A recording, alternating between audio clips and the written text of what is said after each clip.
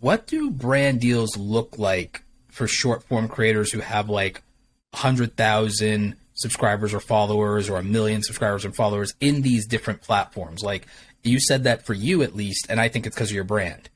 They're comparable in terms of price range. I know you can't just, we know all about the NDAs. We know, but like, can you give us a rough on like what somebody theoretically gets if they have 100K followers or subscribers, and what somebody gets at 1 million? What does that look like in theory? In theory, yeah. Well, the first thing I'll say is the most excited I've ever been for a brand deal was my first ever one.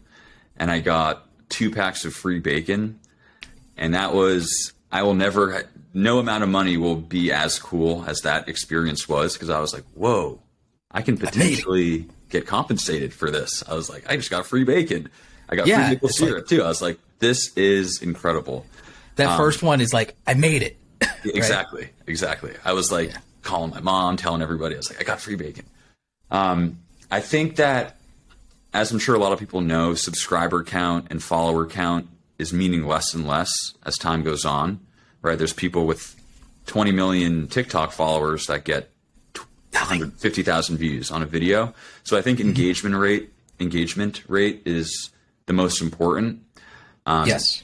The way I kind of think about it is it costs a brand $10,000 to get 1 million views. If you're going to TikTok, it's like a $10 CPM to purchase a deal.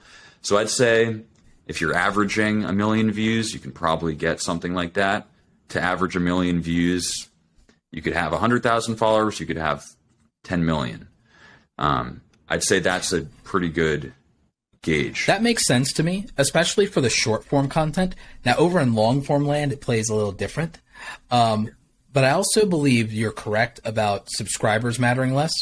I think views is also mattering less in terms of pricing, because views don't always translate to sales.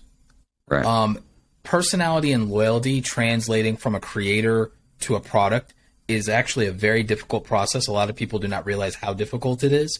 So conversion rates are harder, which is why I'm trying to get creators to recognize that reputation and quality go further. I think that you get tremendous brand deals because I think the level of quality that you produce is a cut above, pun intended.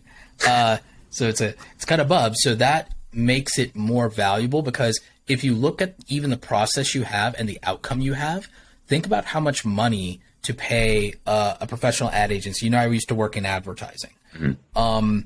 Think about what an ad agency gets to make a 15-second spot or a 30-second spot.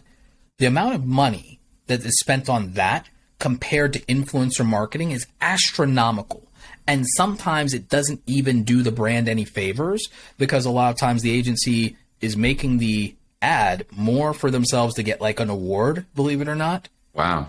Or for their portfolio. That's crazy. Than they really are to get effective sales, because they get paid either way. So it's like a vanity metric for a brand, essentially.